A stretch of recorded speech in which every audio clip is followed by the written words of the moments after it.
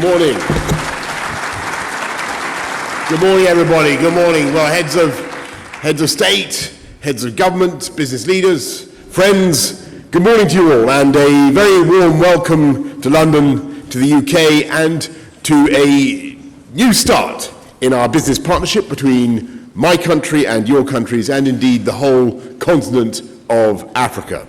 I am reliably informed that this is the very first time that the UK and quite so many African nations have come together for an event of this kind.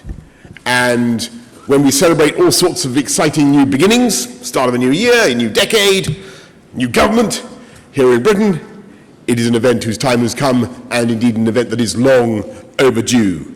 An event that I regard as the climax of considerable personal exertions. Because during my 2 years as Foreign Secretary, I visited more African nations than any other senior British politician in living memory. Ghana, the Gambia, Libya, Liberia, Uganda, Nigeria, Cote d'Ivoire, Somalia, Kenya, Egypt, Ethiopia, where in a fit of brilliance, our excellent ambassador decided that I should challenge Haile Gebrselassie to a running race in Addis Ababa at an altitude of 2,355 meters in fierce sunshine over a distance of about a mile. And I had to pretend to have a heart attack in order to get him to slow down, and what everybody said was a very convincing impersonation of a man having a heart attack. And wherever I went in Africa, I found a lot of interest, I'm proud to say a lot of affection for the UK, even a lot of love. But I also realized that we in the UK have a vital job in continuing to convince people across the continent that we're not just a great friend and ally, a reliable ally, but also the people you should be doing business with. We have no divine right to that business. This is a competitive world. You have many suitors. Some of you may be off shortly to sample the delights of Davos. But look today at what we have to offer. Look around the world today and you will swiftly see that the UK is not only the obvious partner of choice, we're also very much the partner of today, of tomorrow, and decades to come. Because the truth is that in 2020, the UK is the ultimate one-stop shop for the ambitious, growing international economy. If you want investment in a new project or enterprise, just hop on the tube, one stop from here, and you'll be in the heart of Canary Wharf, where, along with its older sibling in the City of London, trillions of pounds of capital are being raised for every venture you can think of, from French construction to African telecoms to American cancer-curing drugs. In every currency that you've heard of, and some that have only been recently invented. It may give you some idea of the scale of the financial services in London when I say that Canary Wharf alone is a bigger banking centre than the whole of Frankfurt. We have the tech. We have edtech, midtech, fintech, biotech, green tech, nanotech, tech of all kinds. We have by far the biggest tech sector anywhere in this hemisphere, 2 or 3 times bigger than any of our rivals.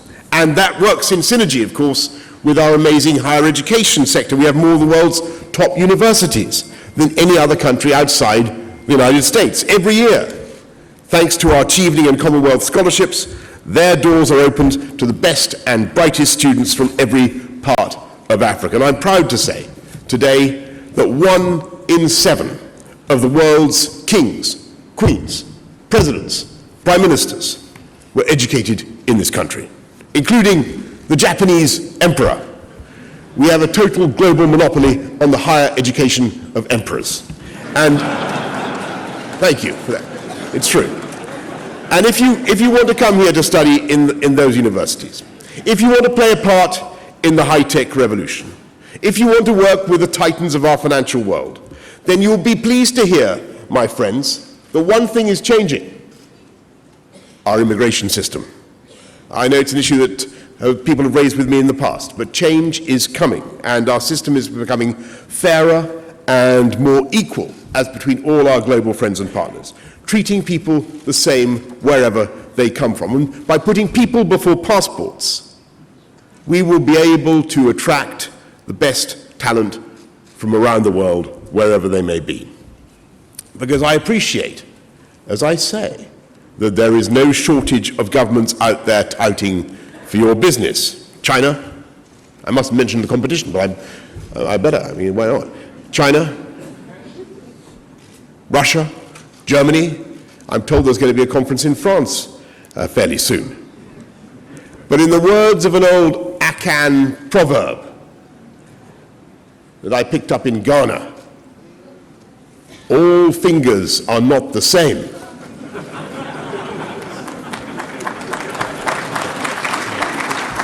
There's wisdom in these Akan proverbs. All fingers are not the same, and all countries are not the same. And the UK boasts a breadth and a depth of expertise that simply cannot be matched by any other nation. And that's why we are one of the biggest partners for countries across Africa. Look at the billions of pounds worth of the deals that are being finalized just here today and that we're announcing. The monorail trains that will shortly be conveying citizens through the streets of Cairo, that great and growing city, will be made here. The monorail trains will be made here in the UK, in Derby. In Nigeria's Oyo state, every street light is being installed with low carbon, high efficiency, low emission diodes from Dorset. I had no idea they made these things in Dorset. There you go. Families across Angola will shortly be tucking into delicious, wholesome chicken from Northern Ireland. Thousands of tons, millions of birds. For millions of years, the birds of this country have flown south to Africa for the winter. But it's thanks to the miracle of free trade that today our birds go plucked, frozen, oven ready. And at the same time, of course, people, and I think Uhuru Kenyatta asked me this question, the BA planes coming the other way are sometimes quite chilly. A point that the President of Kenya raised with me, and I made representations on his behalf. And one of the reasons may be that the holds of those planes are full, each of them, with 13 tons of sliced and refrigerated fruit coming to the supermarkets of the UK. And of course, we want to build a new future as a global free trading nation. That's what we're doing now. That's what we'll be embarking on the 31st of January of this month. But I want to intensify and expand that trade in ways that go far beyond what we sell you or you sell us. We want to go far beyond that. Now, I have just told President Museveni of Uganda that his beef cattle will have an honoured place on the tables of post-Brexit Britain.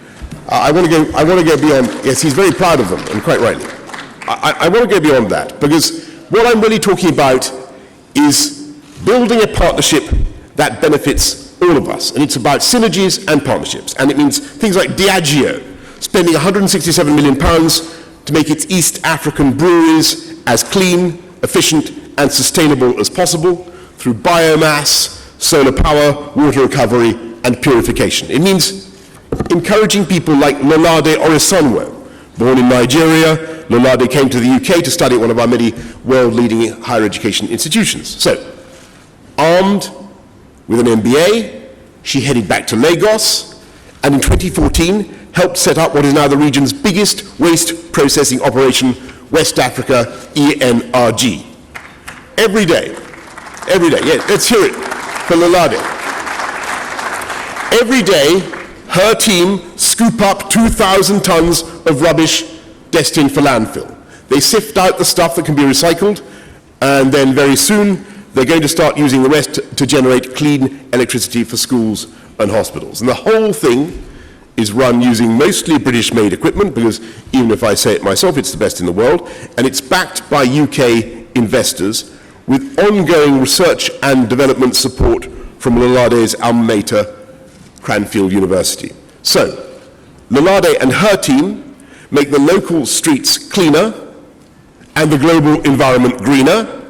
They've created 3,000 jobs in Nigeria, the vast majority of them for women.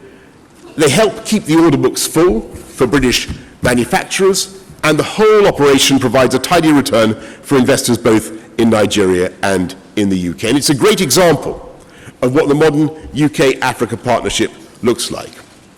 An exchange of ideas, equipment, and finance to solve common problems. A relationship that benefits us all and makes a lasting difference. And the same is true of the UK government's £53 million investment at the port of Mombasa, a serious, commercially minded development like many other of our overseas investments in Africa. But rather than being arranged on extraordinarily one-sided terms and delivered by a vast imported workforce, without wishing to cast aspersions on any other potential partner, it was a sustainable deal that created jobs for ordinary Kenyans now and in the future. And it was made all the easier for British businesses to work with and trade with their Kenyan counterparts and vice versa. I'm told that probably partly as a result of what's going on in Mombasa, half of all the tea drunk in the UK comes to us from Kenya. Think of that. Britain without a nice cup of tea is barely worth thinking about, and that means Britain without Kenya is barely worth thinking about. Literally sustained, kept sane and rational throughout the day by infusions of Kenyan supplied tea. Even if it doesn't originate in Kenya, it comes through Kenya, if you see what I mean. Got to be careful about that. And it's the sustainable, forward-thinking nature of that investment in Mombasa that marks us out, I would say, as different from the global crowd. And that kind of sustainable thinking applies to our shared environment every bit as much as it does to our common business interests. Climate change and loss of biodiversity are issues that affect us all. I know that many of your countries are already on the front line in the fight against both. And I look forward to seeing many of you again when the UK hosts COP26 in Glasgow later this year. And of course, one of the many reasons we were chosen to host COP26 was the incredible speed with which we have cleaned up our domestic energy industry. A decade ago, we were the most carbon-heavy nation in Europe, one of the most carbon-heavy nations in Europe. Today, we're a world leader in offshore wind. We regularly generate more of our electricity from renewables than from fossil fuels, regularly. And we have almost entirely weaned ourselves off coal. But there's no point in the UK reducing the amount of coal we burn if we then trundle over to Africa and line our pockets by encouraging African states to use more of it. Is there? We all breathe the same air, we live beneath the same sky, we all suffer when carbon emissions rise and the planet warms. So from today, the British government will no longer provide any new direct official development assistance, investment, export credit or trade promotion for thermal coal mining or coal power plants overseas.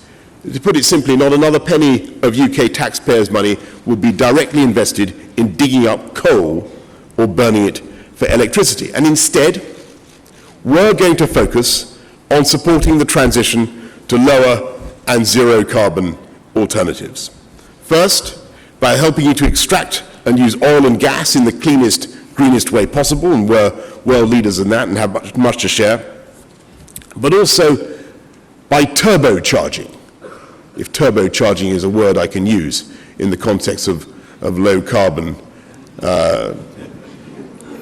energy technology, our support for solar and wind and hydro and all the other carbon-free sources of energy that surround us and are just waiting to be harnessed. If I can't say turbocharging, what can I say? We're going to deliver an electroconvulsive lightning bolt through our renewables energy in industry. That process is already underway because a whole host of British companies are already working with national governments across Africa and around the world to increase renewable capacity. And there's a huge myth about this. People say that you've got to choose between reducing emissions and raising economic growth. And look at what happened here in the UK. Actually, we have cut CO2 emissions by 42% since 1990, and yet GDP has gone up by 67%. And we stand ready to help you do the same, tackling the causes of climate change while also delivering the power needed to unlock the potential of all our people. And what an incredible potential that is. Africa is a continent of amazing, independent, and diverse nations, but they, you, have some things in common, clearly. Some of you members of the Commonwealth, 19 members of the Commonwealth, look forward to the summit in Kigali.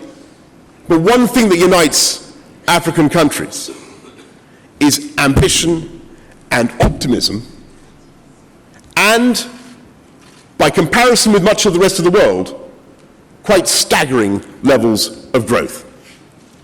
More than half the world's 15 fastest growing economies are in Africa. 2/3 of African economies are expanding faster than the global average. Africa is the future, and the UK has a huge and active role to play in that future. And I hope you agree. Because we are and we will be a partner, your partner, through thick and thin. Our universities are helping to educate the next generation of African entrepreneurs. We're helping to provide security, as I've seen myself, in Somalia, South Sudan, the Sahel, and beyond. Our businesses, our investors, our entrepreneurs, our mind-bogglingly innovative financial services sector are helping Africans from Casablanca to Cape Town to face the future with confidence. Today, here in London, here in this fantastic hotel, which I think I gave planning permission for,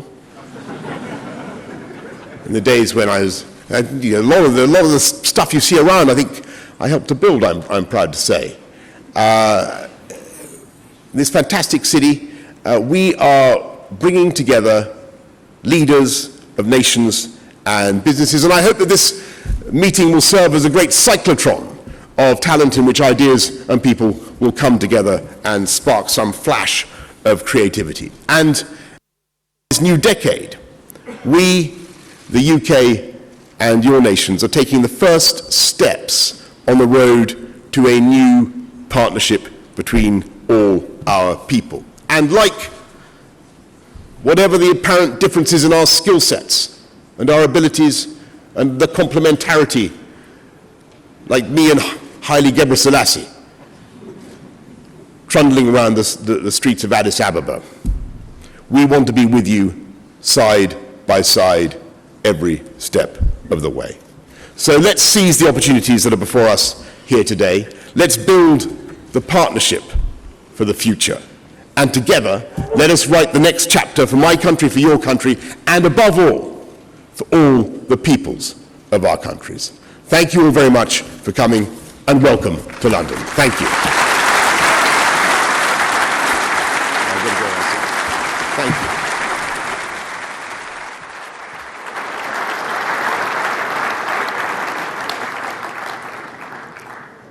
Synergies and UK-Africa partnership. Thank you very much, Mr. Prime Minister. Throughout the day, we're going to hear from governments and business leaders. But as the Prime Minister said, not all hands are made equal, or not all fingers are made equal. And we're in this room because maybe we're one of the longer fingers. As I prepared for today, I heard from young people on the African continent in different countries who asked me, Lucy, what does this actually mean for us? And it's about their ideas and their problem solving that we know that the future is safe. And so join me, ladies and gentlemen, in welcoming two of our young entrepreneurs from the continent. Shiro Wataki, founder of Fun Kids, and Charles Antipem, founder of Dex Technology.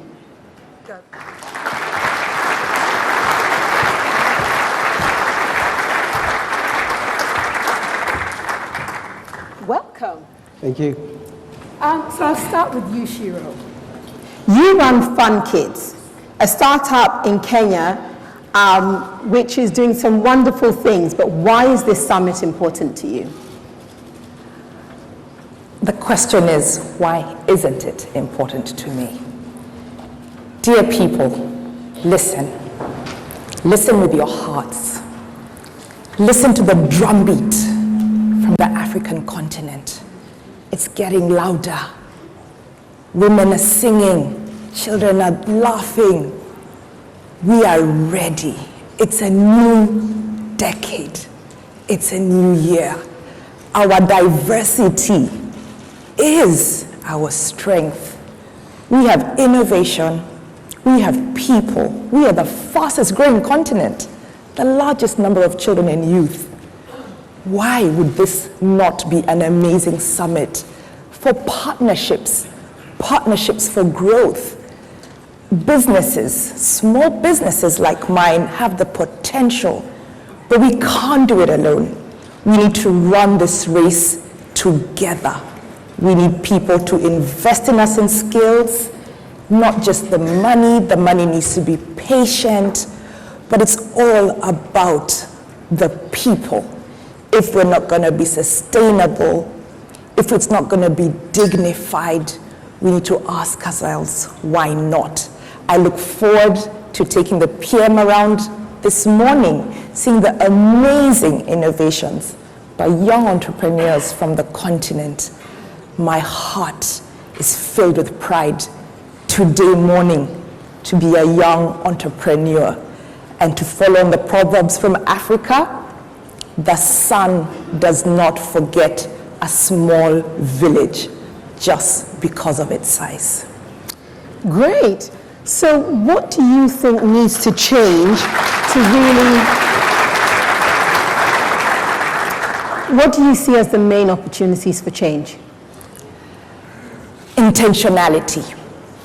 There's so much data you have as governments, but are we being intentional with what we do with this data? The opportunities are there. We are here. But what are we doing with this? We need to get granular. We need to stop the talk. We need to start the action. But more importantly, you need to make room for us at the table. We are young. We are energetic. We are innovative. We've got grit. And we've got a deep love for our continent. Make room for us at the table, my president. Make room for younger people, not to move you from the table, but to sit with you and join hands.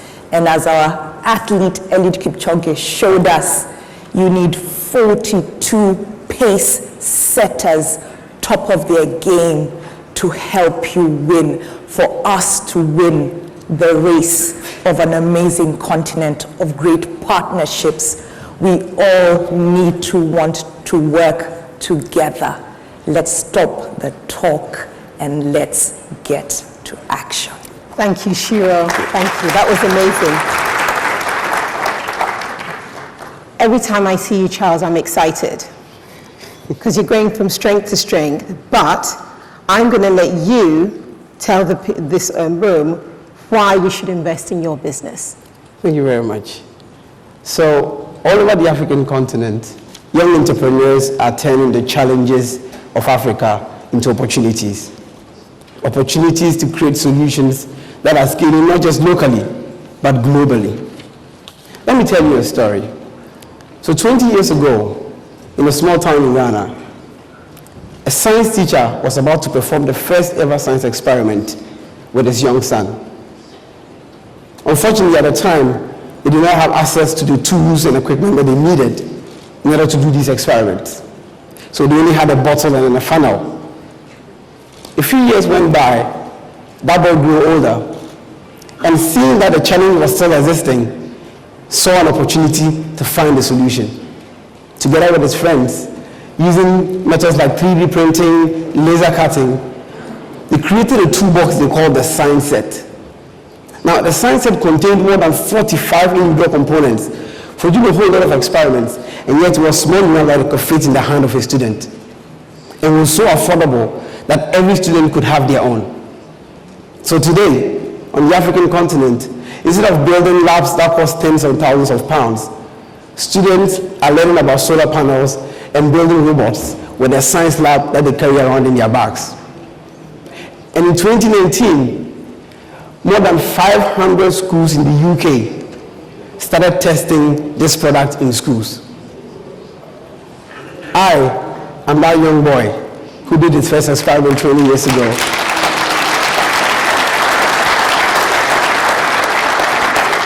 And today, the company that I helped form called Dex Technology is exporting science from Ghana, and we have requests from more than 24 countries across the world. Innovations that are inspired by the African continent are innovations that can work everywhere. And I believe I speak for African entrepreneurs when I say this, that in this decade, we are going to transform not just the African continent, but the world with our ideas, with our solutions, and with our companies. The question is, who will join us? And clearly the UK is making a lot of effort to tell us that they're interested in joining us. And the best way to do that is to invest in these young entrepreneurs that are taking the lead. Thank you very much. Wonderful, wonderful. African solutions to the world. Join me in thanking Shiro and Charles for their time. Thank you very much for sharing your businesses with us.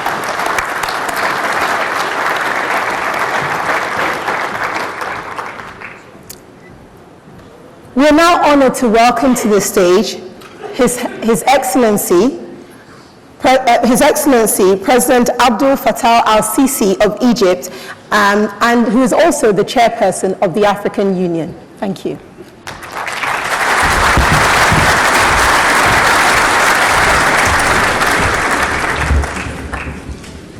Bismillah ar-Rahman ar-Rahim.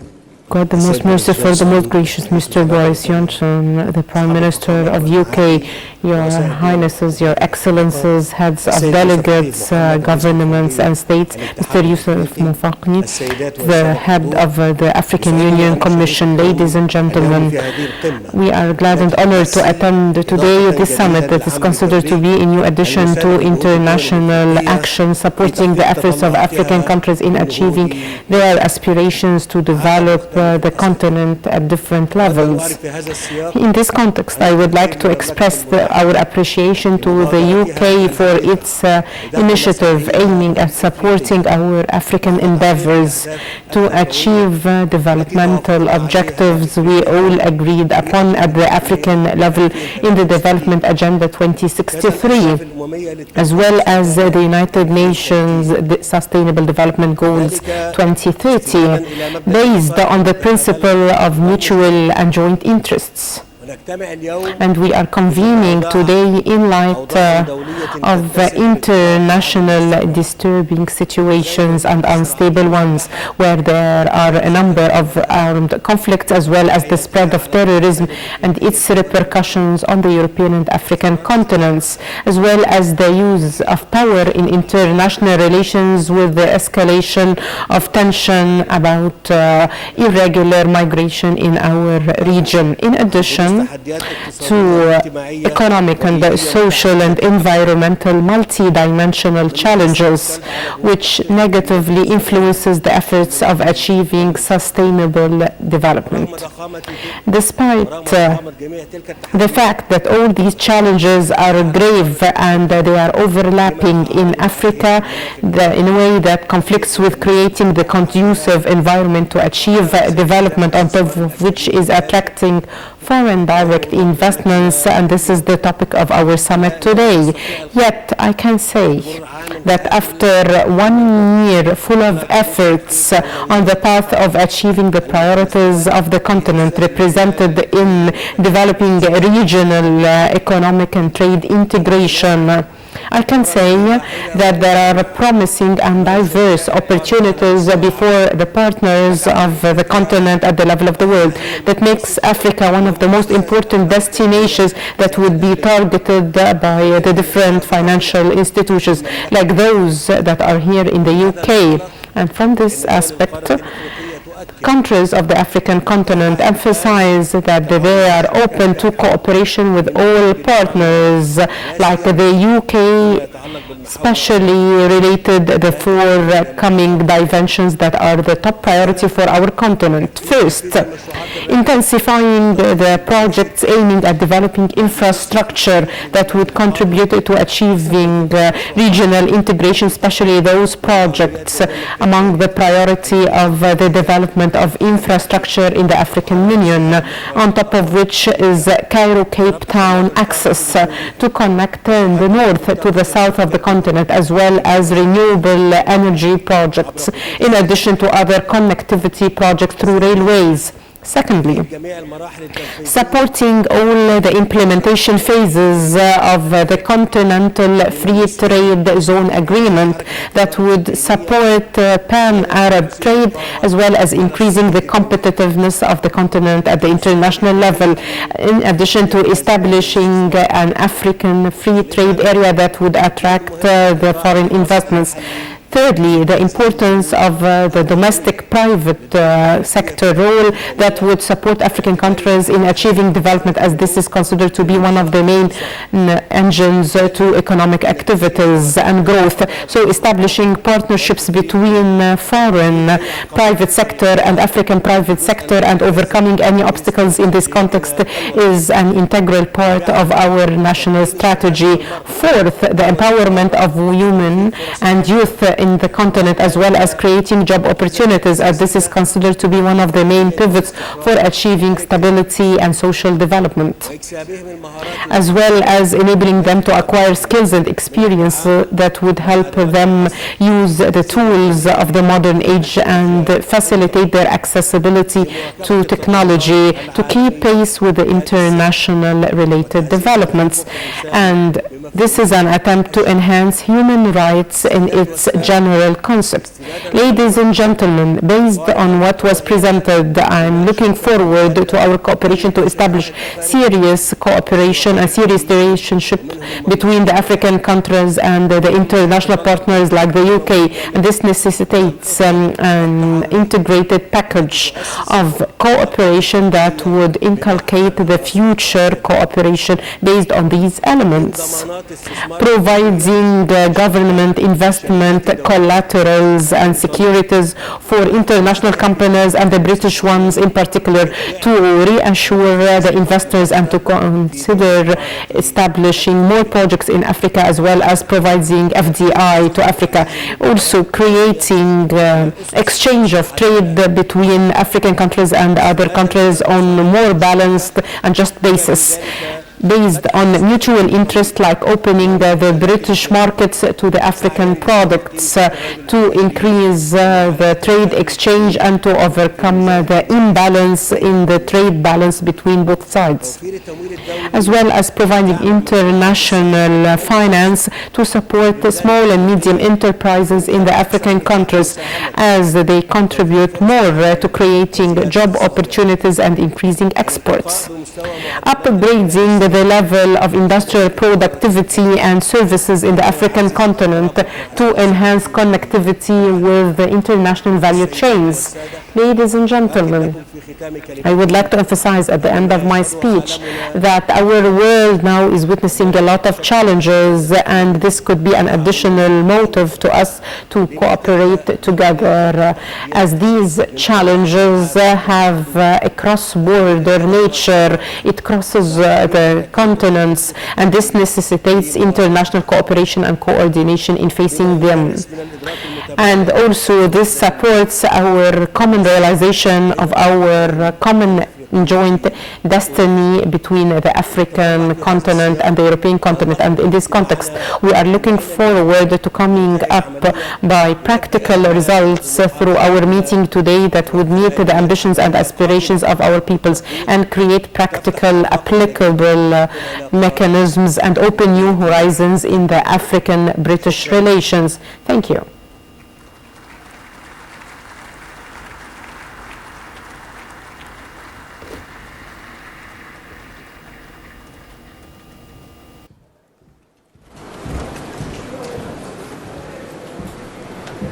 Thank you very much, President El-Sisi. Distinguished guests, we've set the scene and we have had a taste of what's to come. We have even more engaging sessions to come in sustainable finance and infrastructure right here, and trade and investment, which will be next door. After lunch, there will also be parallel sessions on African growth opportunities and clean energy transformation before the closing of the session at 3:30-ish, close to. Between sessions, there'll be plenty of opportunities for networking, and I would also encourage you to please visit the Innovation Hub, where you will see innovations from different countries, both across Africa and in the UK. All this information and more is available on the app. If you haven't had the opportunity to download our app yet, please download. Even though it's UK Africa Investment Summit, the app is Africa Investment Summit in the Play Store. On the app, you will also find Slido, which will give you the opportunity to pose your questions. May I crave your indulgence, ladies and gentlemen, while we allow our distinguished guests to leave the room first before anybody else leaves. Thank you very much, and see you in the next session.